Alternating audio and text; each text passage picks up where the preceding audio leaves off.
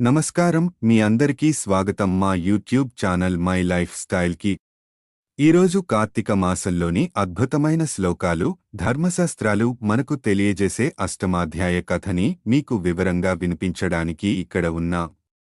ఈ అధ్యాయం ద్వారా మనం వశిష్ఠ మహర్షి మరియు జనక మహారాజు మధ్య స్ఫూర్తిదాయకమైన సంభాషణ, పాపపుణ్యాల గురించి సున్నితమైన వాస్తవాలు తెలుసుకుంటాము. ఈరోజు వినబోయే కథ అజామిళుని జీవితాన్ని, అతని పాపపుణ్యాల సంగమాన్ని, విశ్వాసముతో కేవలం నామస్మరణ ద్వారానే అతను పొందిన అనుగ్రహాన్ని వివరిస్తుంది. మరి ఆలస్యం చేయకుండా కథలోకి ప్రవేశిద్దాం. వశిష్ఠుడు చెప్పినదంతా విని జనకుడు అడుగుతున్నాడు, మహర్షి, మీరు చెప్పినవన్నీ వినిన తరువాత నాకొక సందేహం కలుగుతోంది. వర్ణసాంకర్యాది మహాపాపాలను చేసిన దుర్జనులు వేదత్రయోక్తాలైన ప్రాయశ్చిత్తాలను చేసుకోనివ్వరంటే పరిశుద్ధులవుతారని సమస్త ధర్మశాస్త్రాలలో ఘోషిస్తుండగా, కేవలం కార్తీక వ్రతాచరణ ధర్మలేశం చేతనే సమస్త పాపాలు హరించుకుని వైకుంఠాన్ని పొందుతారని మీరు చెప్పడంలో మర్మం ఏమిటి? ఇది ఎలా సంభవించగలదు? అత్యంత స్వల్పమైన పుణ్యమాత్రం చేతనే గొప్ప గొప్ప పాపాలు ఎలా నశించిపోతాయో? గండగొడ్డాళ్లతో కూడా కూలనేలు సాధ్యమగాని మహాపర్వతాన్ని కేవలం కొద్ది రేచలితో కూల్చడం సాధ్యమవుతుందా?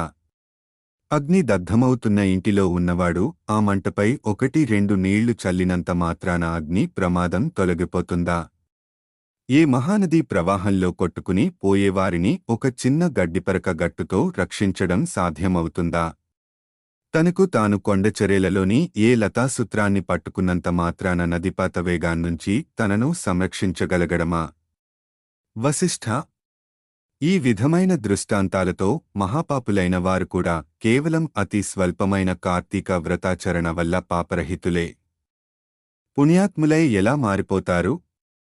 వీటికి సమాధానం ఏమిటి? జనకుడి ప్రశ్నకు జ్ఞానహాసమును చేస్తూ వశిష్ఠుడు ఇలా చెప్పసాగాడు. మంచి విమర్శే చేశావు మహారాజా. చెబుతాను విను. ధర్మాన్ని సూక్ష్మంగా చింతించాలి, స్థూలరూపాన్ని మాత్రమే ఆలోచించకూడదు. అదిగాక వేదశాస్త్రం, పురాణాలు అన్నీ అనేక ధర్మసూక్ష్మాలను మనకందిస్తున్నాయి. ఆయా ధర్మసూత్రాల వలన కొన్ని సందర్భాల్లో గొప్ప పుణ్యాలు స్వల్పమైనవిగా, స్వల్ప పుణ్యాలు గొప్పవిగా పరిణమిస్తుంటాయి. ధర్మాలు అన్నీ గుణత్రయముతో కూడుకుని స్వల్ప, నల్పతలను సిద్ధింపచేస్తాయి. మూల ప్రకృతి అయిన మహామాయ కారణంగా సత్వరజన్మ తదితర 3 గుణాలు ఏర్పడతాయి. వీటిలో సత్వగుణం ప్రధానమైనవి. ధర్మసూక్ష్మాలు, కర్మకాండ, తపస్సు, ప్రాయశ్చిత్తాలు ఇవన్నీ రజోగుణం వలన ఏర్పడతాయి. తర్కము, దైవేతర చింతనతో సాగించే దైవీయ కృత్యాలు, ఆచరించే దానధర్మాలు ఇవన్నీ ధర్మం యొక్క స్థూల స్వరూపాలు. ఇవి తమోగుణం వలన ఏర్పడతాయి. సత్వగుణం ప్రధానమైన ధర్మాలు స్వల్పంగా కనిపించినప్పటికీ దేశకాల యోగ్యతల వలన విశేష ఫలితాలను ఇస్తాయి. దేశం అంటే పుణ్యక్షేత్రం, కాలం అంటే పుణ్యకాలం, యోగ్యత అంటే పాత్రత. బ్రహ్మజ్ఞానులైన వారు ఈ మూడింటినీ చింతించకుండా చేసే సర్వధర్మాలు తామసాలు. వీటివలన పాపాలు నశించవు. కాబట్టి దేశకాల యోగ్యతలను పరిశీలించి చేసే ధర్మాలు సత్వధర్మాలు. వీటిలో కొన్ని సమన్వయంగా, కొన్ని సమన్వయరహితంగా జరిపిన రజోగుణ ధర్మాలను వేరే చెప్పనక్కరలేదు. జనకరాజా, అన్నిటికీ కర్మనే మూలం. ఎవరి కర్మను బట్టి వారికి ఫలితాలు ఉంటాయి. అయినప్పటికీ మనిషికి జ్ఞానం ఉన్నందున ఆచరించే ధర్మాలను పై మూడింటితో పోల్చి ప్రయత్నపూర్వకంగా నైనా ఆచరించాలి. ఈ విధంగా 3 కలిసి వచ్చినప్పుడు ఆచరించిన ధర్మం అక్షయ ఫలితాన్ని ఇస్తుంది. రాజా, పర్వతమంత ఎత్తు కట్టెలను పేర్చి వాటి మధ్య గురివింద గింజంత అగ్నికణాన్ని ఉంచితే ఆ అగ్నికణం ఆ కట్టెలను ఎలా కాల్చివేయగలుగుతుందో, సువిశాలమైన నట్టింట పెట్టిన నలుసంత దీపం ఆ ఇంటి చీకట్లను ఎలా తొలగిస్తుందో, గుండిగెడు మురికి నీళ్లను ఒక్క ఇండుపగింజ ఎలా శుభ్రపరుస్తుందో, అదేవిధంగా తెలిసిగాని తెలియకగాని పుణ్యకాలంలో, పుణ్యక్షేత్రంలో పుణ్యమూర్తుల వలన ఆచరించే ధర్మం అనంత పాపాలను దగ్ధం చేసి మోక్షానికి మార్గాన్ని వేస్తుంది. ఇందుకు ఉదాహరణగా ఒక కథ చెబుతాను విను. బహుకాలం పూర్వం కన్యాకుబ్జ క్షేత్రవాసి సార్థక నామధేయుడైన సత్యనిష్ఠుడనే బ్రాహ్మణునికి అజామిళుడనే కుమారుడు ఉండేవాడు. వాడు పరమ దురాచారుడు, దాసీ సాంగత్యపరుడు, హింసాప్రియుడుగా ఉండేవాడు. సాటి బ్రాహ్మణ గృహములోని ఒకానొక దాసితో సాంగత్యం పెట్టుకొని తల్లిదండ్రులను మీరి ఆ దాసితోనే భోజన శయనాదులన్నిటినీ నిర్వర్తిస్తూ కామాంధుడై వైదిక కర్మలన్నింటినీ విడిచిపెట్టి కేవలం కామాసక్తితో ప్రవర్తించసాగాడు. తద్వారా బంధువులు అతనిని వదిలివేశారు. కులవాళ్లు కూడా వెలివేశారు. అందువలన ఇల్లు వదిలి అతను చండాలపువాడులోని ఒక దాసితో కాపురం పెట్టి కుక్కలు ముగాలతో వృత్తితో బతికే జనాలలో లీనమై మధుమాంస సేవనలో మునిగిపోయి కాలం గడపసాగాడు. ఇలా ఉండగా ఒకనాడు అతని ప్రియురాలైన దాసి కళ్ళు తాగడం కోసం తాడిచెట్టుకు ఎక్కి కమ్మ విరగడంతో కింద పడి మరణించింది. అజామిళుడు అమితంగా దుఃఖించాడు. అప్పటికే ఆ దాసికి యవ్వనవతి అయిన కూతురు ఉంది.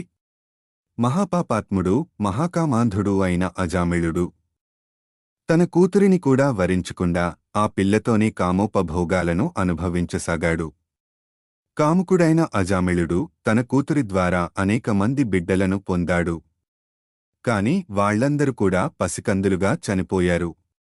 చివరకు కడగా పుట్టిన బిడ్డకు నారాయణ అని నామకరణం చేసి అతన్ని అత్యధిక ప్రేమతో పెంచసాగాడు. తాను తింటున్నా, నిద్రిస్తున్నా, ఏం చేస్తున్నా సరే సతతంగా నారాయణ నారాయణ అని పిలుచుకుంటూ తన్మయుడవుతూ ఉండేవాడు. కాలం గడచి అజామిళుడు మరణ సమయము ఆసన్నమైంది. అతడిలోని జీవుని తీసుకుని పోయేందుకు ఎర్రని గడ్డములు, మీసములు కలిగి చేత దండపాసాలను ధరించిన భయంకర రూపులైన యమదూతలు వచ్చారు. వారిని చూసి అజామిళుడు గడగడలాడిపోయాడు. ఆ ప్రాణావసాన వేళ కూడా తన పుత్రవాత్సల్యాన్ని విరమించుకోలేక ఎక్కడో దూరంగా స్నేహితులతో ఆటలలో మునిగి ఉన్న కుమారుని కోసమై నారాయణ, ఓ నారాయణ, తండ్రి నారాయణ అని పలుమార్లు పిలిచాడు.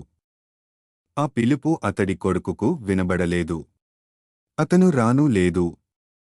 కాని చేరువకు వచ్చిన యమదూతలు ఆ నారాయణ నామస్మరణను విని వెనుకకు జంకారు. అదే సమయంలో అక్కడ ఆవిష్కృతులైన విష్ణుదూతలు, ఓ యమదూతలారా, అడుగు తొలగండి. ఇతడు మా వద్దే తీసుకుని పోబడ్డగనవాడేగాని మీరు తీసుకుని వెళ్లదగినవాడు కాదు అని హెచ్చరించారు. వికసిత పద్మాల వలె విశాలమైన నేత్రాలు కలవాళ్లు, పద్మమాలాంబర వసనులు ధరించిన ఆ పవిత్ర విష్ణు పరిషదులను చూసి విభ్రాంతులైన యమదూతలు, అయ్యా, మీరు ఎవరు? యక్ష గంధర్వ సిద్ధచారణ కిన్నెర విద్యాధరులలో ఏ తెగకు చెందినవారు? మా ప్రభువైన యమధర్మరాజు మాకు విధించిన ధర్మం ప్రకారం తీసుకుని వెళ్లనున్న ఈ జీవును మీరెందుకు తీసుకెళ్తున్నారు అని అడిగారు. అప్పుడుతకు విష్ణుదూతలు ఇలా చెప్పసాగారు. యమదూతల ప్రశ్నలకు చిరునగవుమోము కలవారైన విష్ణుదూతలు ఇలా భాషించసాగారు. ఓ యమదూతలారా, మేము విష్ణుదూతలమే. మీ ప్రభువు మీకు విధించిన ధర్మాలు ఏమిటి? పాపాత్ములు ఎవరు? పుణ్యాత్ములు ఎవరు?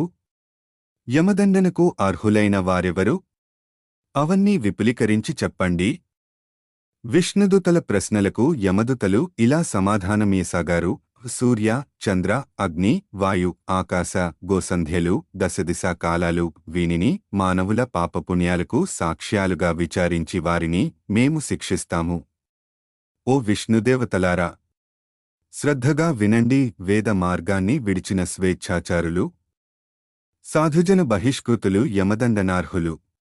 బ్రాహ్మణుని, గురువుని, రోగిని పాదాలతో తాడించేవాడు, తల్లిదండ్రులతో కలహించేవాడు, అసత్యవాది, జంతుహింసకుడా, దానం చేసిన దానిని మరలా ఆశించేవాడు, డాంబికుడు, దయారహితుడు, పరభార్య సంగముడు, సొమ్ములు తీసుకుని పక్షాన్ని అవలంబించేవాడు, చేసిన దానిని బయట పెట్టుకునేవానిని, మిత్రద్రోహి, కృతజ్ఞుడు, ఇతరుల పురుష సంతతిని చూసి ఏడ్చేవాడు, కన్యాశుల్కాలతో జీవించేవాడు, వాపికూప తటాకా వంటి నిర్మాణాల్లో పాల్గొనేవాడు, తల్లిదండ్రుల శ్రాద్ధ కర్మలను విడిచిపోయేవాడు, కేవలం భోజనంపై ఆలోచించేవాడు, ఇతరులు చేసిన దానిని నిరోధించేవాడు, నిత్యం స్నాన సంధ్యాదులను విడిచిపెట్టి బ్రాహ్మణ స్వగోహత్య వంటి పాపయుక్తులు చేసిన వారందరూ కూడా యమలోకంలో మేమిచ్చిన శిక్షకు అర్హులే.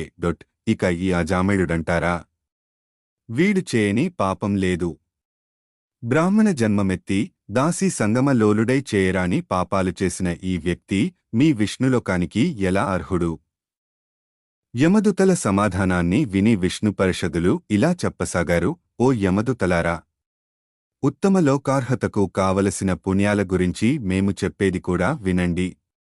ఏ కారణం వలన గాని దుస్సంగమాన్ని వదలి సత్సంగములో కలిసేవాడు నిత్యం దైవచింతనాపరుడు, స్నాన సంధ్య జపహోమతత్పరుడు మీ యమలోక గమనానికి అర్హులు కాదు.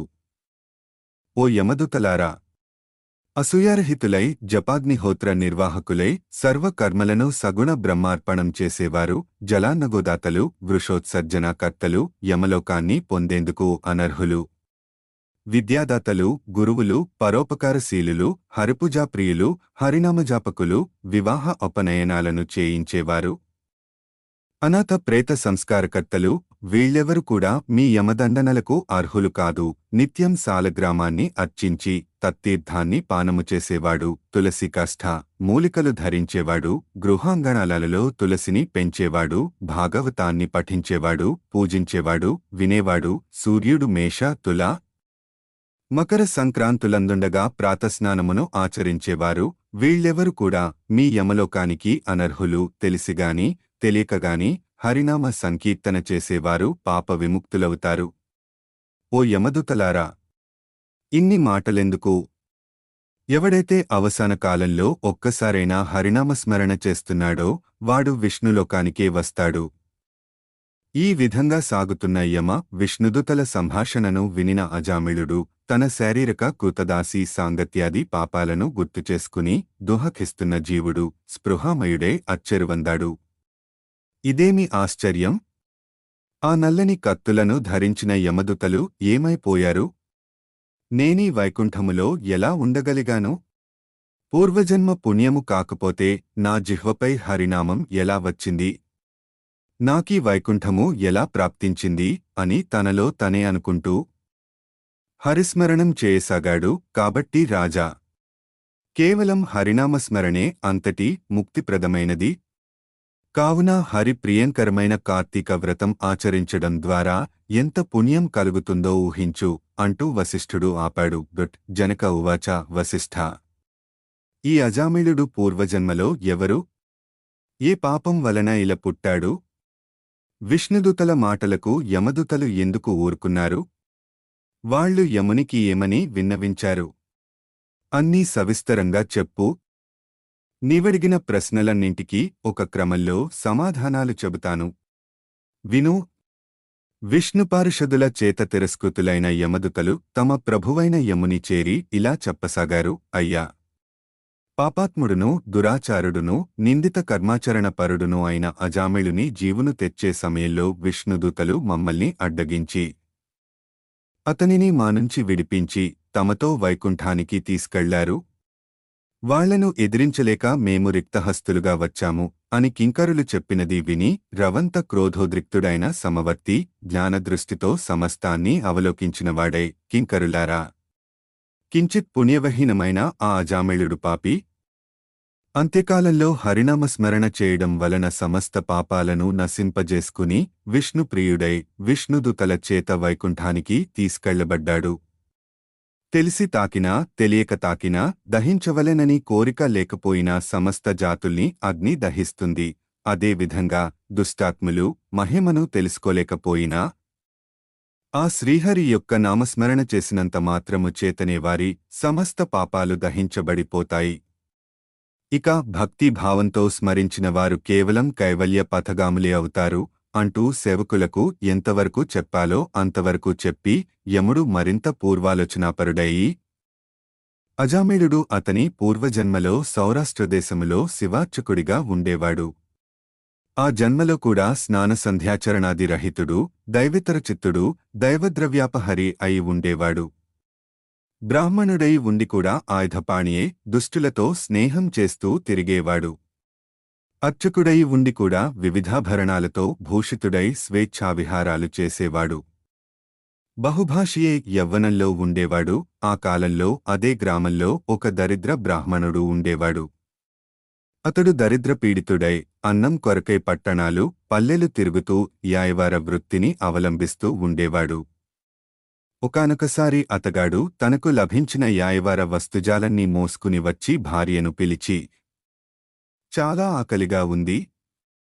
సత్వరమే వంట చేయి. ముందుగా కాస్త మంచినీళ్ళియ్యి. అవి త్రాగి రవంతా ఉపశాంతిని పొందుతాను అన్నాడు. కాని యౌవనమదాశ్రితయే ఉన్న ఆ ఇల్లాలు భర్త ఎన్నిసార్లు పిలిచినా పట్టించుకోకుండా తన జారుని గురించే తలపోస్తూ ఉండిపోయింది. అందుకు కోపించిన భర్త చేతికందిన కర్రతో ఆమెను కొట్టాడు. తన కామపుటాలోచనలకు అంతరాయమును కలిగించాడనే కోపంతో తన ముష్టితో ఘాతం చేశాడు.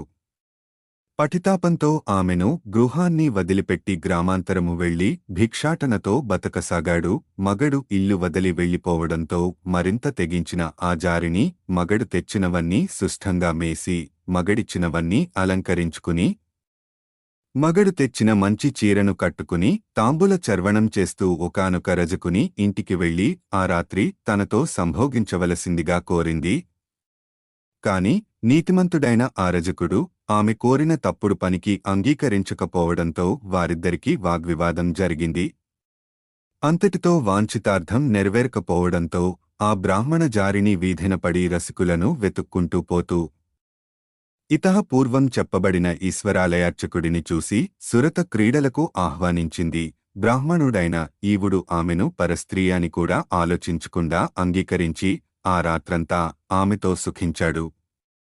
అయినప్పటికీ ఆ జారిని సద్వంశ సంజాత అయిన కారణంగా కామము చల్లారగానే తన దోషాన్ని తెలుసుకుని భర్తను వెతుక్కుంటూ వెళ్లి బ్రతిమాలి తెచ్చుకుని అది మొదలుగా అతని మాటలకు తుచ తప్పకుండా బతుకసాగింది.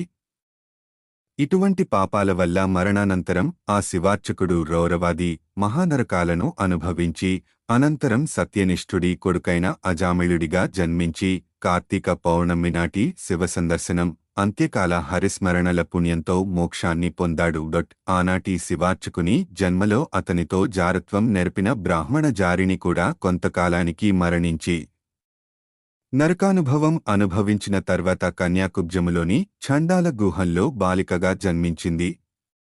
కాని ఆ పిల్ల తండ్రి గండాన పుట్టడంతో వాళ్లం ఆ పిల్లను అడవిలో వదిలివేశారు. అప్పుడు ఒక బ్రాహ్మణుడు ఆ బాలిక అరణ్యరోదనాన్ని విని జాలిపడి తనతో తీసుకుని వెళ్లి తన ఇంటి దాసికి పెంపకానికి ఇచ్చాడు. ఆ దాసి దగ్గర పెరిగిన ఆ బాలికను అనంతరం అజామిళుడు దగ్గరకు తీసుకున్నాడు. మహారాజా, నువ్వడిగిన అజామిళుడి పూర్వగాథ ఇది. సమస్తమైన పాపాలన్నింటికీ హరినామస్మరణ కన్నా మించిన ప్రాయశ్చిత్తం మరొకటి లేదు. అది సాధ్యమవకపోతే ఇతర ధర్మశాస్త్రాల ప్రోక్త ప్రాయశ్చిత్తకర్మలను ఆచరించాల్సి ఉంటుంది. జనక నరపాల. ఎవరి జిహ్వ హరిని కీర్తించదో, ఎవరి మనసు హరి చరణాలను ఆశ్రయించదో, ఎవరి చెవులు శ్రీహరి సంకీర్తనలను ఆలకించవో వాళ్ల పాపాలు ఏ విధంగాను కూడా నశించే అవకాశముండదు. ఎవరైతే ఇతర చింతలన్నింటినీ విడిచిపెట్టి విష్ణువునే ధ్యానిస్తూ ఉంటారో వారు తప్పనిసరిగా కైవల్యాన్ని పొందుతారనడంలో ఏమీ సందేహం లేదు. మోక్షాసక్తులను మురహరి స్మరణ ఏ విధంగా సూక్ష్మమార్గమో అదే విధంగా కార్తీక ధర్మాచరణము సూక్ష్మమార్గమై మహోత్కృష్ట పుణ్యప్రదాయిగా పాతకాలను పారదోలుతుంది. పాపాలను నశింపచేసే శక్తి ఈ కార్తీక వ్రతాచరణకు మాత్రమే ఉన్నదని తెలుసుకో. ఎవరైతే ఈ దివ్యవ్రతాన్ని ఆచరించరో వారు నరక ప్రాప్తులవుతారని గమనించు. పాపనాశనేన ఈ కార్తీక మహాత్మ్యాన్ని శ్రద్ధాభక్తితో వినినప్పటికీ వారు మోక్షార్హులే ఉంటారు. ఆసక్తిగల వారికి ఈ మహాత్మ్యాన్ని పావన హృదయంతో వినిపించేవాడు వైకుంఠగతుడై విష్ణువుతో కలిసి సుఖించతాడు. మంచి కథ వింటే మన హృదయాలలో మంచి మార్పులు కలుగుతాయి. ఈ అజామిళుని కథ ద్వారా మనం తెలుసుకోవాల్సినది ఏ కర్మల ద్వారా కూడా మనకు మోక్షం లభించవచ్చు, కాని భక్తి, విశ్వాసం ఉన్నప్పుడు మాత్రమే. కార్తీక మాసం వ్రతాచరణతో పాపాలు కరిగిపోతాయి అనే విషయాన్ని మనం గమనించి ఆచరించగలిగితే మన జీవితంలో నిజమైన సారాన్ని పొందగలం. మరి ఈ కథ మీకు నచ్చితే మా ఛానల్ను సబ్స్క్రైబ్ చేయండి, లైక్ చేయండి, మీ అభిప్రాయాలు కామెంట్స్లో తెలియజేయండి. త్వరలో మరింత ఆసక్తికరమైన కథలతో మళ్ళీ కలుద్దాం. నమస్కారం.